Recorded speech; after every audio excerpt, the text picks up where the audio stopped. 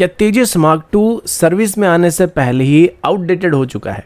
क्या भारत के future hello drones DRDO नहीं बल्कि प्राइवेट कंपनीज बनाने वाले हैं? और जब यूएई अपने मिराज 2000 में स्कैल्प मिसाइल का इस्तेमाल कर रहा है तो भारत को ऐसा करने से कौन रोक रहा है? आज की वीडियो में हम ऐसे ही कुछ इंटरेस्टिंग अपडेट्स के बारे में बात करने वाले हैं। नमस्कार दोस्तों, मेरा नाम है अंशुमन नायक और आप सभी का बहुत बहुत स्वागत है इंडियन डिफेंस न्यूज की डिफेंस टॉक सीरीज में। तो चलिए देर न करते हुए आज की वीडियो शुरू करते हैं।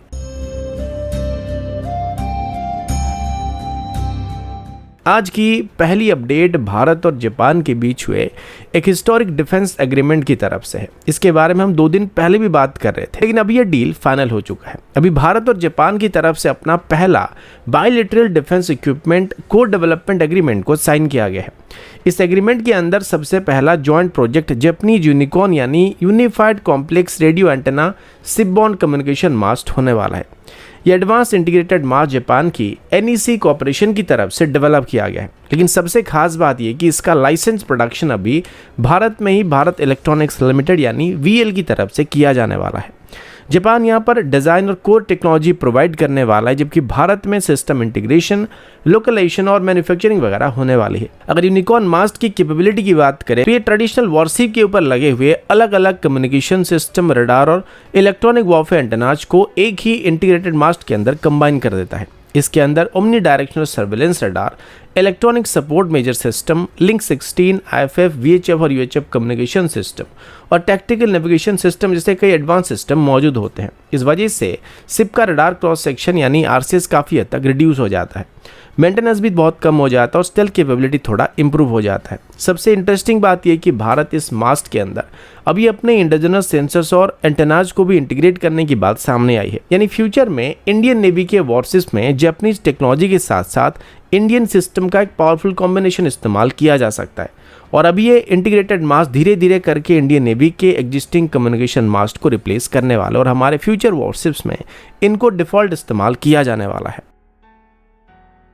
अगला अपडेट इंडियन एयरफोर्स के मिराज 2000 फाइटर जेट की तरफ से है। अभी एक बहुत ही इंटरेस्टिंग सवाल डिफेंस सर्कल में काफ़ी तेज होने लगा है। जब यूएई अपने मिराज 2000-9 फाइटर पर पिछले कई सालों से black Shaheen long range cruise missile को ऑपरेट कर रहा है, तो फिर इंडियन एयरफोर्स ने अपने अपग्रेडेड मिराज 2000H फ्लीट के साथ इस मिसाइल को इंटीग्रेट क्यों नहीं किया है?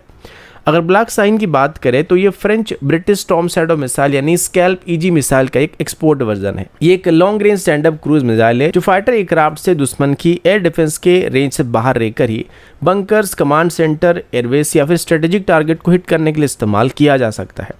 इसमें terrain following navigation, GPS, inertial navigation system और इमेजिंग इन्फ्रारेड सीकर जैसे एडवांस टेक्नोलॉजी का इस्तेमाल किया गया है।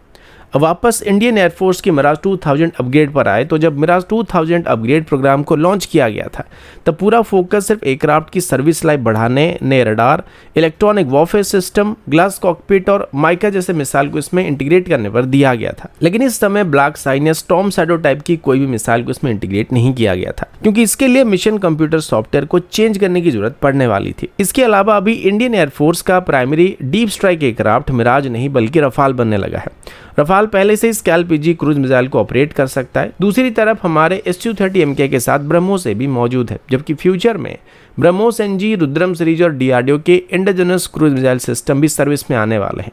तो ये सभी भारत को एक अच्छा खासा stand up strike option provide करने वाले। लेकिन आज भी सबसे बड़ा सवाल यही है कि अगर स्कैल्प मिसाइल को यूएई इस्तेमाल कर सकता है तो अभी तक इंडियन एयरफोर्स की मिराज में इसे क्यों इंटीग्रेट नहीं किया गया? क्योंकि आज भी मिराज 2000 को भारत डीप स्ट्राइक के लिए इस्तेमाल कर रहा है और इस मिसाइल से मिराज 2000 की स्टैंड अप स्ट्राइक कैपेबिलिटी काफ़ी बेहतर हो सकता है। अगला अपडेट भारत के फ्यूचर हेल यूएवी प्रोग्राम की तरफ से है। अभी भारत का हाई अल्टीट्यूड लॉन्ग एंड्योरेंस यानी हेल ड्रोन प्रोग्राम एक नए डायरेक्शन में बढ़ता हुआ दिखाई पड़ रहा है। रिपोर्ट्स के मुताबिक फ्यूचर में सिर्फ डीआरडीओ ही नहीं बल्कि प्राइवेट डिफेंस कंपनीज भी इस प्रोजेक्ट में डायरेक्ट कंपटीशन ले सकते हैं। ये भारत के डिफेंस एरोस्पेस सेक्टर के लिए बहुत बड़ा चेंज होने वाला है। रिपोर्ट के हिसाब से मिनिस्ट्री ऑफ डिफेंस को 87 मेल यूएवी प्रोक्योरमेंट प्रोग्राम में प्राइवेट इंडस्ट्री की तरफ से एक्सपेक्टेड से कहीं ज़्यादा रिस्पांस मिला है। इस वजह से मिनिस्ट्री ऑफ डिफेंस को अभी भरोसा हो गया कि इंडियन प्राइवेट कंपनी सिर्फ मीडियम अल्टीट्यूड लॉन्ग एंड्योरेंस नहीं बल्कि फ्यूचर में 5 से 6 टन क्लास की हेल ड्रोन की मैन्युफैक्चर कर सकते हैं।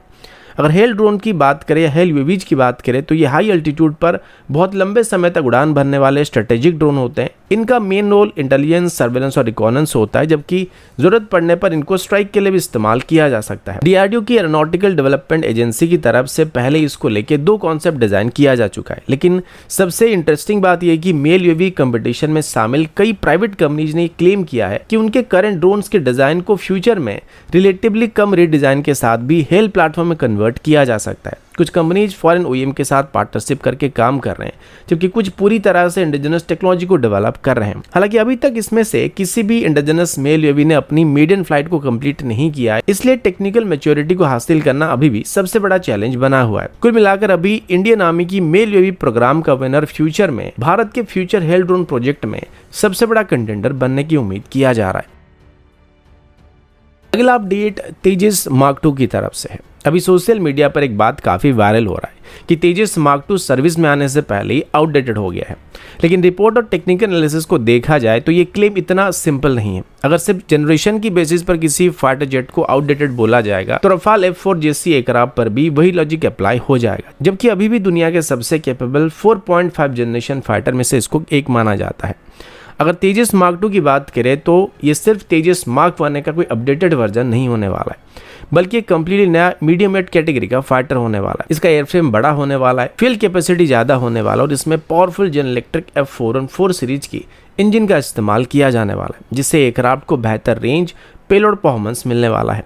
सबसे खास बात इसका बड़ा नोज सेक्शन है, जिसकी वजह से फ्यूचर में इसमें लार्जर इंडिजिनस AESA रडार का इस्तेमाल किया जा सकता है। रिपोर्ट्स के मुताबिक डीआरडीओ फ्यूचर में gallium nitrate based AESA radar की तरफ भी मूव कर सकता है और gallium nitrate technology higher power output, बेहतर कूलिंग सिस्टम और लॉन्गर डिटेक्शन रेंज को प्रोवाइड कर सकता है, जो कि अभी तक वाइडली 4.5 जनरेशन और 5th जनरेशन फाइटर में देखने को नहीं मिलता है। लेकिन सिर्फ रडार ही किसी एयरक्राफ्ट की कैपेबिलिटी को डिसाइड नहीं कर सकता है। मॉडर्न बैटलफील्ड में electronic warfare system, sensor fusion technology, secure data link system, network centric warfare capability और सॉफ्टवेयर अपग्रेड भी सबसे इंपॉर्टेंट रोल को प्ले करते हैं और मॉडर्न वॉरफेयर में सबसे ज़्यादा जरूरी बनने वाले हैं। तेजस मार्क 2 को भी इसी फिलॉसफी के हिसाब से डिज़ाइन किया जा रहा है। कुल मिलाकर तेजस मार्क 2 को आउटडेटेड कहना फिलहाल सही नहीं होने वाला है, क्योंकि फ्यूचर में एमका, सुपर सुखोई, रफाल और रॉयल विंगमैन ड्रोन्स के साथ एक इंटीग्रेटेड कॉम्बैट नेटवर्क का हिस्सा बनने वाला और ओवरऑल इसमें जो बेसिक आर्किटेक्चर का इस्तेमाल किया जा रहा है वो एमका के साथ काफ़ी सिमिलर होने वाला है। अगर डेवलपमेंट टाइमलाइन को मेंटेन किया गया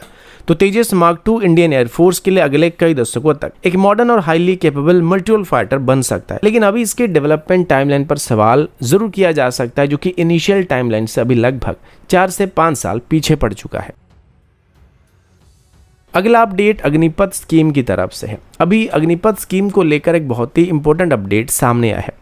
रिपोर्ट्स के मुताबिक इंडियन आर्मी, इंडियन नेवी और इंडियन एयरफोर्स की तरफ से मिनिस्ट्री ऑफ डिफेंस से रिक्वेस्ट किया जा रहा है कि अग्निवीर के रिटेंशन परसेंटेज को इंप्रूव किया जाए, बढ़ाया जाए, क्योंकि इस साल के एंड तक पहली अग्निवीर बैच अपना 4 साल का टेन्योर कंप्लीट करने वाली है। अभी के रूल के हिसाब से सिर्फ 25% अग्निवीर को ही परमानेंट सर्विस में रखा जा सकता है, लेकिन रिपोर्ट्स के हिसाब से तीनों सर्विसेज लिमिट को बढ़ाने की डिमांड कर रहे हैं।